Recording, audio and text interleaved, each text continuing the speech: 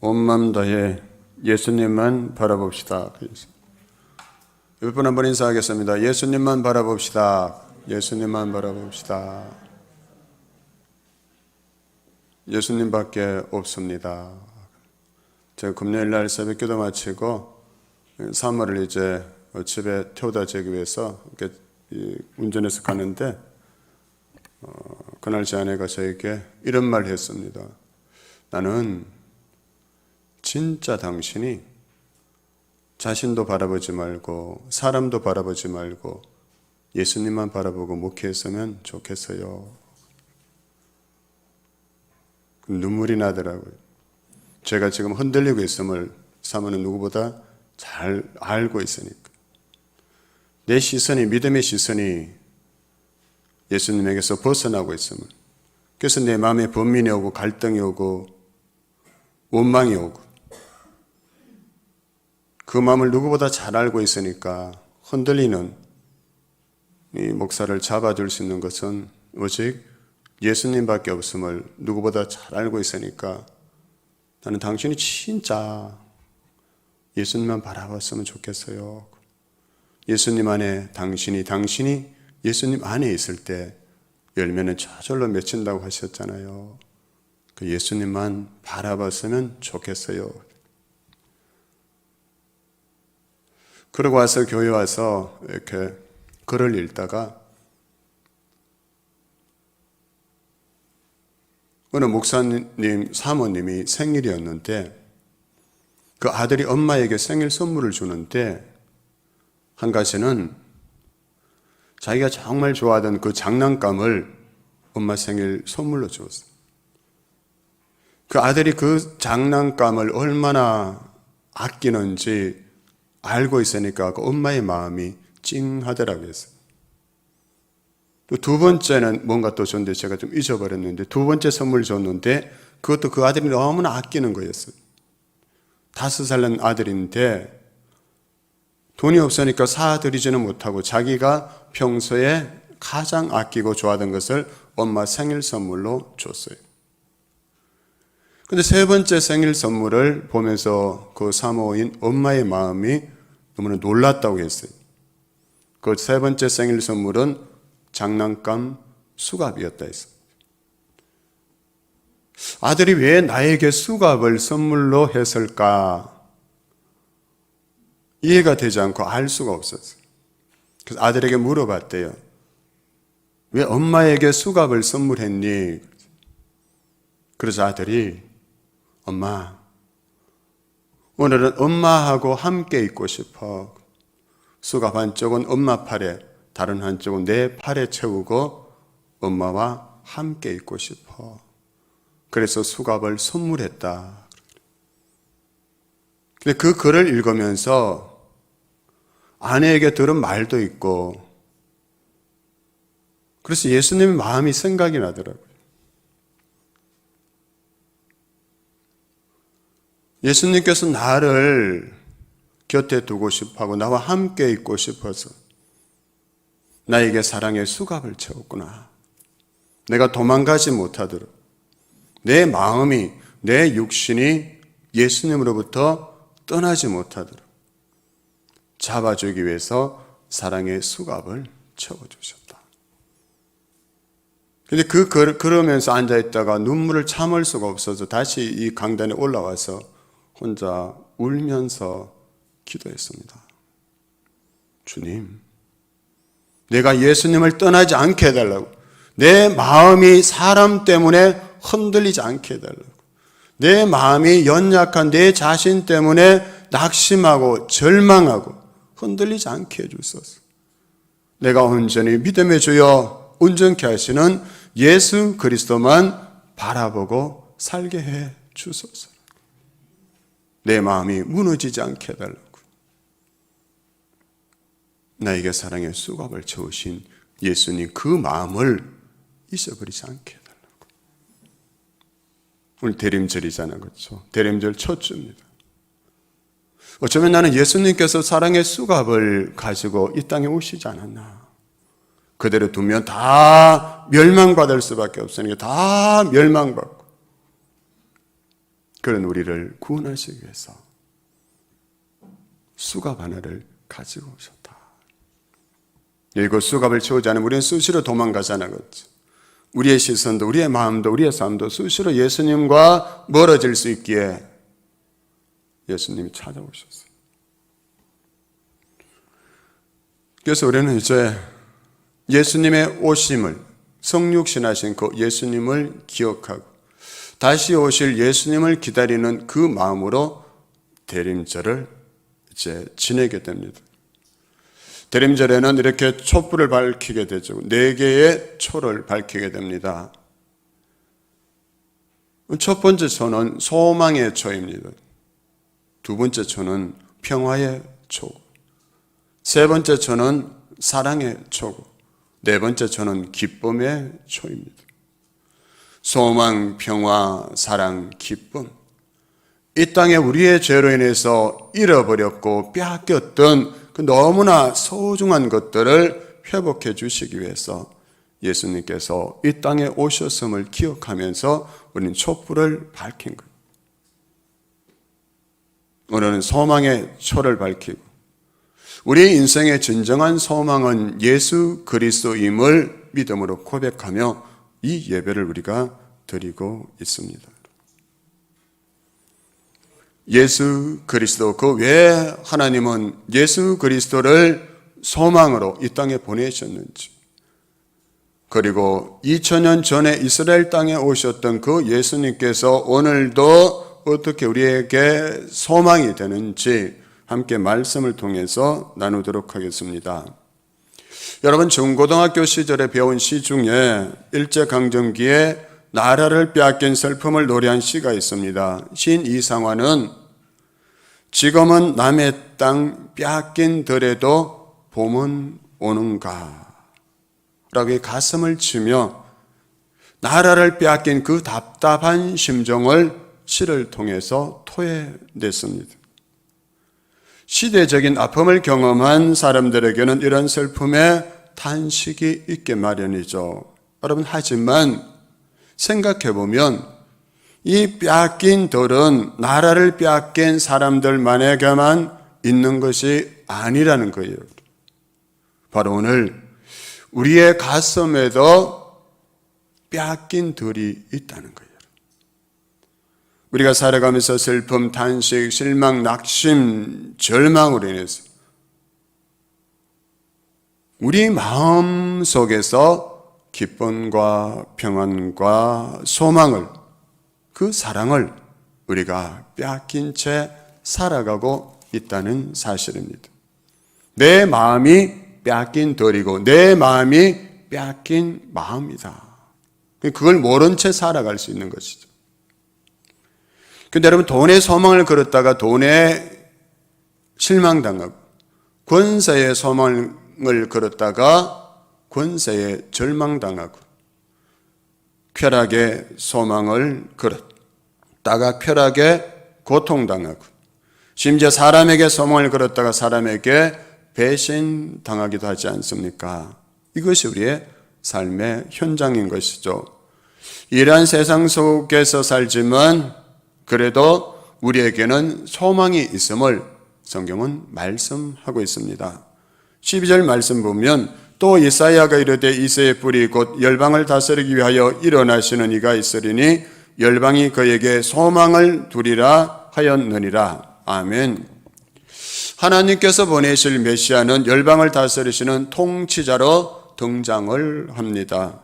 하나님은 이스라엘을 비롯한 모든 열방이 예수 그리스도, 그 메시아에게 소망을 두고 그의 통치를 받을 것을 기대하셨습니다. 그런데 문제는 이스라엘 백성들이 그토록 고대하던 메시아를 하나님께서 이 땅에 보내주셨는데 그들이 그 메시아를 거부했다는 것이죠. 왜냐하면 자신들이 기대하던 메시아의 모습과는 달랐기 때문이었습니다. 유대인들이 로마의 통치 아래에서 살아가면서 가지게 된 그 소망은 여러분, 로마를 정복하고 모든 열방을 다스리는 다윗 왕과 같은 막강한 구원자가 나타나기를 기대하고 기다리고 있었습니다. 그런데 예수님을 보니까 그들이 기대하던 다윗의 모습과는 달랐습니다. 그들이 보기에 예수님은 다윗과 같이 열방을 통치하는 그들의 소망을 이룰 만한 존재로 보이지 않았던 것이죠. 그러나 하나님께서 이 땅의 사람들이 품기를 원하시는 소망은 모든 만물들이 예수 그리스도의 통치를 받음으로 영적인 구원에 이르기를 원하시는 것이고, 그래서 그 독생자를 이 땅에 메시아로 보내주신 것입니다. 여러분, 하나님께서 보실 때 이스라엘 백성들을 비롯한 이 땅의 인간들의 절망은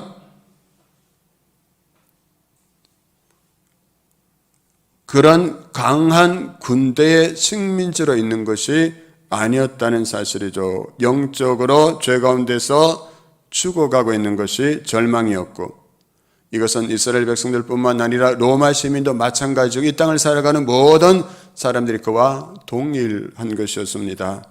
그래서 하나님께서 보실 때에 오늘날 이 땅의 근본적인 절망은 세상적인 공급이 없고 부족한 것이 아니라는 것이죠. 부족함 때문에 우리 인생에 절망이 오는 것이 아니라는 사실입니다. 가난하고 약하고 비천하기에 절망스러운 것이 아니라 영적으로 곤고한 것이 문제라는 것입니다. 주님과의 관계가 결핍되어서 영적으로 메말라가고 죄의 권세 가운데 빠져드는 것이죠. 그 가운데서 전쟁과 다툼, 미움, 욕심, 거짓된 욕망들이 이 땅을 지배하게 된 것입니다. 그래서 하나님은 우리의 이런 영적인 절망과 상태를 너무나 잘 아시기에 예수 그리스도 메시아를 이 땅에 보내주신 것입니다. 오늘날 많은 사람들의 문제는 못 먹고 못 입고 인생의 궁핍함을 경험하는 거기에서 오는 것이 아니라는 것이죠. 사람들의 문제는 자신의 욕망에 사로잡혀서 하나님의 뜻을 저버리고 죄악의 골짜기를 걸어가고 있는 영적인 문제라는 것입니다. 그래서 오늘 말씀은 우리의 절망이 거기에서 오는 것이 아니기에 우리의 소망을 어디에 두고 살라는 것입니까? 내가 이것 때문에 못 살아. 내가 이것만, 이 문제만 해결되면 나는 행복할 거야. 그렇게 생각하며 살지만 잘못 알고 있다는 것이죠. 저도 어릴 때 하나의 희망은 늘 그거였어요. 저는 내 인생의 절망은 내가 어머니가 일찍 돌아가셨기에 7살 때 어머니가 돌아가신 것 때문에 내 인생이 불행하다고 늘 생각하고 늘 묵상했어요. 그 마귀는 얼마나 좋았겠어요. 그런 나를 공격했죠. 사람들은 그런 나를 동경했습니다. 네 엄마가 있었으면 네가 얼마나 좋았을까. 네 엄마가 있었으면 네 엄마가 있었으면 네 엄마만 있었더라면. 저는 그게 저를 사랑하고 저를 위해 주는 소리를 들었어요. 그게 저는 더 절망스럽죠. 내가 엄마만 있었으면 사람들이 내가 행복했을 거라고 저렇게 말하는데 내가 엄마가 계시지 않기에 내가 이렇게 불행한 것이구나. 그 늪에 늘 빠져서 산 것이죠. 그런데 과연 그럴까요? 이 땅에 엄마가 있어도 불행한 사람이 너무 많더라고요. 제 인생이 절망 가운데 빠져 살았던 것은 엄마가 없었기 때문이 아니라 예수 그리스도를 만나지 못했기에 그 예수 그리스도를 인격적으로 만나지 못했기 때문에 내 인생이 절망스러웠고 내 인생이 스스로 불행하다고 그 불행을 노래하면서 살았던 거기에 있었던 것이죠.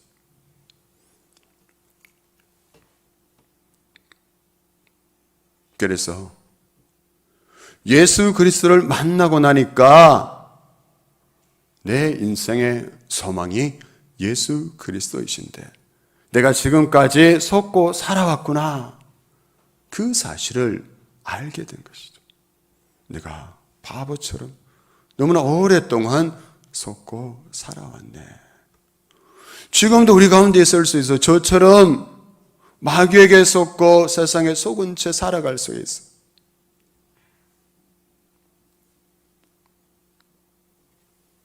주 없이 살 수 없네. 그 찬송 부를 때마다 생각나는 게 있더라고요. 주 없이는 살 수 없으니까 주님만 있으면 살 수 있겠네. 주님만 있으면 우리 인생은 얼마든지 행복할 수 있겠다. 그래서 그 예수 그리스도가 우리 인생의 소망이시죠. 제 할머니도 예수 믿고 사셨지만 여전히 힘겨우셨어요. 남편도 일찍 세상을 떠나셨고 여인의 몸으로 그 가정을 꾸려가시기에 힘이 되셨던 것이죠. 늘 즐겨 부르던 찬송이 그거였어요. 나의 기쁨, 나의 소망 되시며. 늘 그 찬송을 부르시더라고요. 근데 어릴 때는 잘 이유를 몰랐어요. 왜 할머니 자꾸 저 찬송만 부르실까? 나중에 보니까 우리 할머니의 소망은 오직 예수 그리스도밖에 없었고 그 예수님 때문에 사셨던 거예요. 예수님 때문에 살 수 있었던 거예요. 예수 때문에. 그래서 이 예수 그리스도에게 소망을 두고 살아가는 사람들은 그 사실을 모른 채 살아가는 사람들과는 삶의 모습이 완전히 다를 수밖에 없자는 거죠. 여러분들 경험하고 사시자는 거죠. 내 인생의 소망을 예수 그리스도에게 걸고 살아가는 사람들은 예수 없는 사람들과는 완전히 다른 삶을 살게 되죠. 어떤 삶을 살까요? 여러분, 예수님께 소망을 두고 사는 사람은 고난 중에 인내하며 승리하는 삶을 살게 됩니다. 여러분, 세상을 살아가면서 우리가 얼마나 어려운 일들을 많이 당하면서 삽니까? 다 당해요. 예수 믿는 사람이나 예수 믿지 않는 사람이나 이 세상에서 살아갈 때 누구나 다 어려움을 당하게 되죠. 그럴 때 세상의 모든 소망을 두고 살아가는 사람들은 쉽게 낙심하고 절망하고 심지어 그 인생을 스스로 끊고 포기하면서 살지 않습니까?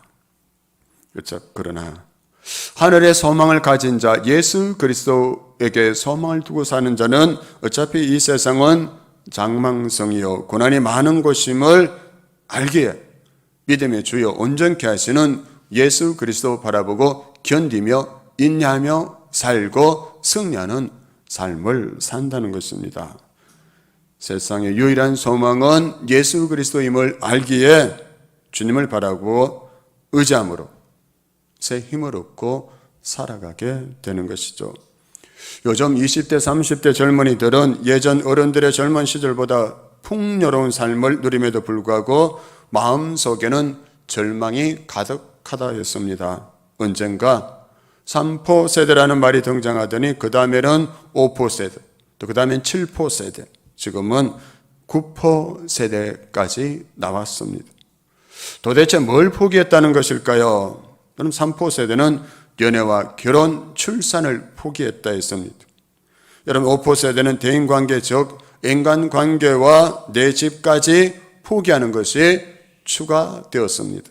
그리고 7포 세대로서는 희망과 꿈마저 포기한다는 것이 인생의 목표가 없어졌다는 것입니다. 여러분 한창 미래를 향해서 청운의 꿈을 품고 살아야 할 청년들이 소망의 날개를 접은 채 살아가는 것 얼마나 안타까운 일이겠습니까? 여러분 그런데 우리가 여기서 한 가지 중요한 사실을 다시 기억해야 하는데요. 우리 인생의 키는 누가 쥐고 있습니까? 여러분의 인생의 키, 여러분 자녀의 인생의 키는 누가 쥐고 있습니까? 누가 쥐고 있어요? 여러분이 쥐고 있어요? 자녀 인생의 키는 여러분이 쥐고 있습니까? 여러분이 자녀 인생의 키를 쥐고 여러분이 마음대로 이렇게 조정하고 삽니까? 우리와 우리 자녀 인생의 키, 우리 공동체의 키는 하나님이 쥐고 계시는 줄 믿습니다. 하나님. 저는 그래서 가끔 젊은이들에게 얘기해 줍니다. 실망하고 낙심하고 절망하는 청년들에게, 젊은이들에게 절망하지 말라. CT가 있다. CT는 뭘까요? 건강검진할 때 찍는 그 CT? 아니에요. CT는 크리스천 티오. 예수 믿는 그리스도인을 위한 티오가 있다. 그 자리가 있다. 여호와 일의 하나님께서 그 자리를 예비해 놓고 계신다. 최근에 어느 청년이 고백하는 거 들었어요. 정말 CT가 있더라는 거예요. 자기도 깜짝 놀랐다고. 여러분, 인생의 키는 하나님이 쥐고 계신 줄 믿습니다. 우리 교회의 키도 하나님이 쥐고 계신 줄 믿습니다. 그래서 예수는 주님이시다. 예수는 주님이시다. 예수는 주인이시다. 예수는 구세주이시다. 그리고 모든 키는 그래서 구세주이시고 주님이신 예수님이 쥐고 계신다.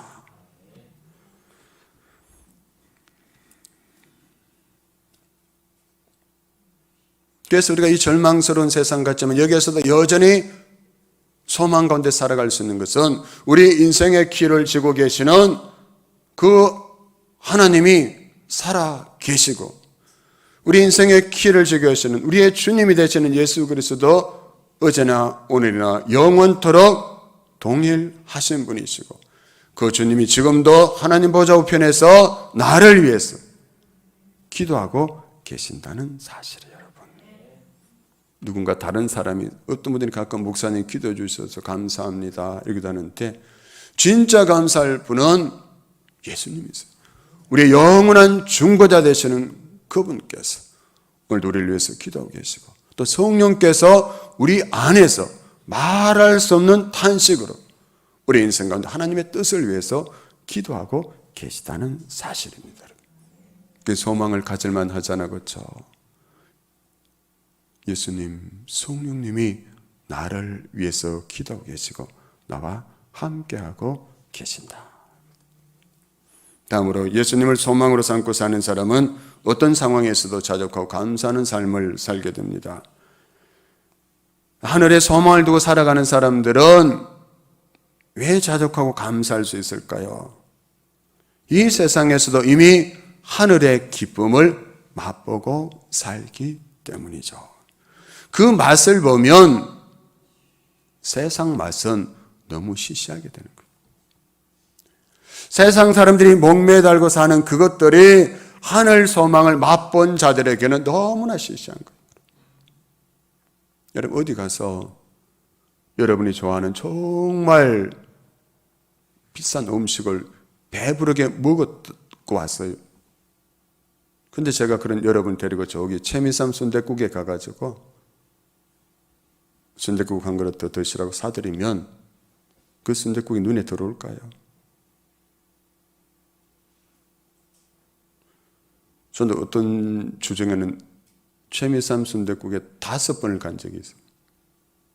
그 순댓국 좋아하지만 내가 어디 가서 스테이크를 배부르게 먹고 왔다. 그 순댓국, 그 좋아하던 그 순댓국도 눈에 들어오지 않을까? 왜요?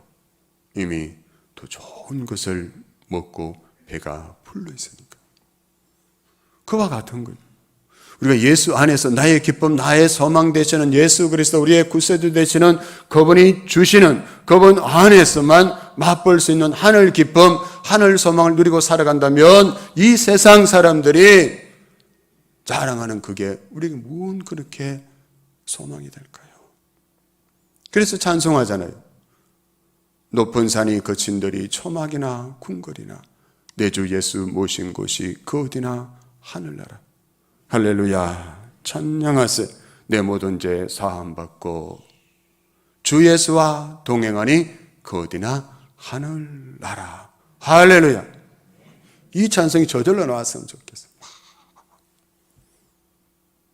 내 주 예수 모신 곳이 그 어디나 하늘나라. 높은 산이 거친 들이 초막이나 궁궐이나 내 주 예수 모신 곳이 그 어디나 하늘나라. 야, 이 찬양이 저절로 막 나올 수 있다면 뭐가 부러울 게 있을까요? 뭐가 두려울 게 있을까요? 어떻게 낙심하고 절망할 수 있을까요? 그렇죠? 여러분, 에드워드 모트라는 영국인이 있었는데요. 그는 37세까지 캐비넷을 제조하는 사람으로 철공소에서 일하면서 지냈습니다. 그는 항상 자신의 처지를 비관하면서 열등의식과 반항심, 원망과 불평에 사로잡혀서 살고 있었어요. 아니, 다른 사람들은 보니까 다 부모 잘 만나서 화려하게 잘 사는데 나만 이게 뭔가, 왜 나는 이렇게 매일 망치나 두들면서 일을 해야 하는가? 앞으로 내 인생에 무슨 소망이 있단 말인가? 그러던 어느 날 울적한 마음으로 런던 거리를 배하다가 어느 자그마한 예배당에 들어가게 됩니다. 그런데 그날 밤 성령께서 역사하셨고 그는 거듭나는 체험을 하게 됩니다. 예수님을 구주로 영접하게 된 것이죠. 그에게 놀라운 변화가 일어납니다. 그가 이제 세상만 바라보고 살아갈 때는 자기 인생을 비관하고 원망하고 불평하며 살았는데 그의 영안이 열렸어요. 하늘을 바라보고 하늘 소망을 품고 살게 되니까 세상을 바라본 눈도 달라지고 그가 하는 그 일도 다르게 보이기 시작한 것이죠. 그는 자신의 변화된 삶을 이렇게 기록했습니다. 내 망치는 이제 노래하기 시작했다. 내 망치는 이제 춤을 춘다. 그리고 내 눈동자는 생기가 돌고 내 마음속에는 생수가 솟는다. 예수께서 내 마음에 오셨기 때문이다. 나는 거듭났다. 할렐루야. 예수님이 내 마음에 오시니까 원망과 불평하며 두들기던 그 망치 소리가 노래하고 춤추기 시작했다는 거예요. 예수님이 내 마음에 오시니까 망치 소리가 달라진 거예요. 여전히 똑같은 망치예요. 여전히 캐비넷 제조공유, 여전히 그 철공소, 열악한 그 철공소에서 일하지만 예수님이 오시니까, 예수님이 내 마음의 주인 되시니까 춤추면서 망치 도전고 얼마나 행복한 거예요.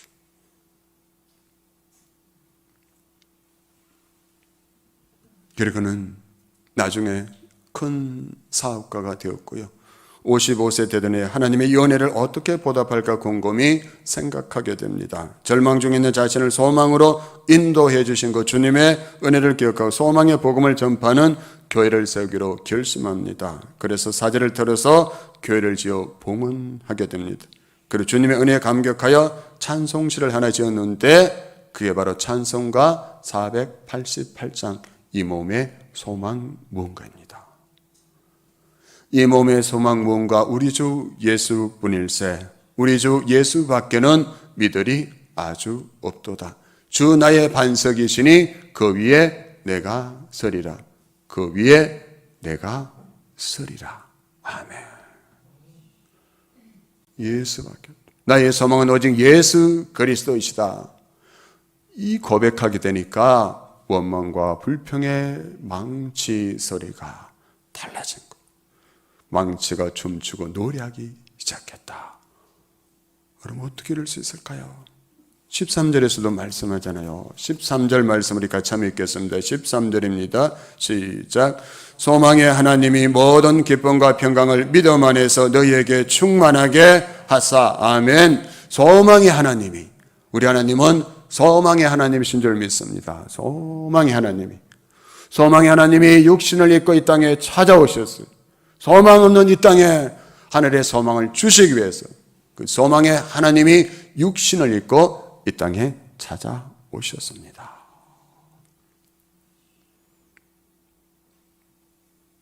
이 소망의 하나님이 우리와 함께하고 계신다. 소망의 하나님이 나를 찾아오셨다 한번 생각해 보십시오. 소망의 하나님께서 나를 찾아오셨다. 소망을 가지고 나를 찾아오셨다. 그래서 히브리서 11장 6절에도 이렇게 말씀합니다. 믿음이 없이는 하나님을 기쁘시게 하지 못하나니 하나님께 나아가는 자는 반드시 그가 계신 것과 또한 그가 자기를 찾는 자들에게 상 주시는 이심을 믿어야 할지니라. 아멘. 아멘. 그 소망의 하나님을 믿는 믿음으로 그가 오늘도 살아계시다는 사실을 믿고 그 하나님 앞에 나아가는 자는 하나님이 그에게 상을 주신다. 아멘. 하나님. 악명 높은 아우슈비츠 수용소에 수감된 한 유대인 의사가 있었는데 그 이름은 빅토르 프랑클이었습니다. 그런 유대인 포로들이 가스실로 여러분 불려가서 죽어가는 그 절망적인 상황 속에서도 그런 작업실에서 몰래 숨겨온 유리 조각으로 매일 아침마다 면도를 하며 기도를 드린 후에 이 노래를 불렀다고 합니다. 나는 믿네, 나는 믿네, 메시아의 오심을. 그의 오심이 늦을지라도 나는 믿네. 보라, 그가 오시고 있지 않는가. 보라, 그는 여기에 계시다네. 그는 믿고 있었어요. 자기를 그 절망의 그 수용소에서 구원해 주실 메시아가 오고 계시고 또 그 메시아가 지금 나와 함께 계시다, 이곳에 계시다는 사실을 믿고 있었습니다. 그가 얼마나 달라졌을까요? 그런데 그 수용소에서 독일 군사들이 여러분 가스실로 보낼 사람을 뽑을 때마다 그의 반짝거리는 눈빛과 면도로 깨끗해진 얼굴을 보면서 이 사람은 안 되겠다 생각하면서 그냥 지나치고, 이 소망이 없는 자들, 그래서 흐리멍텅한 눈으로 딱 봐도 절망으로 가득한 사람들을 가스실로 데리고 갔다는 것입니다. 마침내 독일에 항복한 뒤 수용소에서 살아서 나온 그는 다시 이 노래를 불렀다고 합니다. 나는 믿네, 나는 믿네, 메시아의 오심을. 그의 오심이 늦을지라도 나는 믿네. 아멘. 이 극한 상황 속에서 메시아의 오심을 기다리며 소망 가운데 살아난 이 유대인들을 생각할 때 우리는 이미 오셨고 지금도 우리와 함께 계시며 다시 오실 예수 그리스도를 믿고 있지 않습니까? 그런 우리야말로 신뢰할 이유, 그 하나님을 신뢰할 이유가 얼마나 많이 있습니까? 혹시 지금 절망적인 상황이나 극심한 어려움이나 불안한 상황 속에 있다 할지라도 넘치는 소망으로 하나님을 향해서 이렇게 고백할 수 있었으면 좋겠습니다. 주님, 제가 주님을 믿습니다. 한번 고백해 보겠습니다. 주님, 제가 주님을 믿습니다. 예배드린 이 자리에서만 말고요. 여러분 삶의 자리에 돌아가시잖아요. 그 자리에 여전히 고통과 환난이 끊이지 않고 절망과 낙심질 상황이 내 눈앞에 다가올지라도 그러나 주님, 제가 주님을 믿습니다. 내 인생의 소망 되신 주님을 믿습니다. 아멘. 이 믿음이 세상을 이긴다 했습니다. 이 믿음을 우리에게 주셨어요. 주님, 제가 주님을 믿습니다. 어떤 상황 속에서도 저는 주님을 믿습니다. 주님이 나의 소망이시고 나의 기쁨이시기에 이 말씀, 이 믿음의 고백을 가지고 여러분 삶의 자리로 돌아가셔서 내가 믿는 그 주님이 살아 역사하시고 내가 믿는 그 주님이 슬픔을 기쁨으로 바꾸시고 절망을 새로운 생명의 역사로 바꾸고 가시는 그 소망의 주님을 경험하고 간증케 되고 그 주님을 전하고 나누며 살아가는 저와 여러분 이 대림절 기간 보낼 수 있게 되기를 주님 이름으로 축원합니다. 아멘.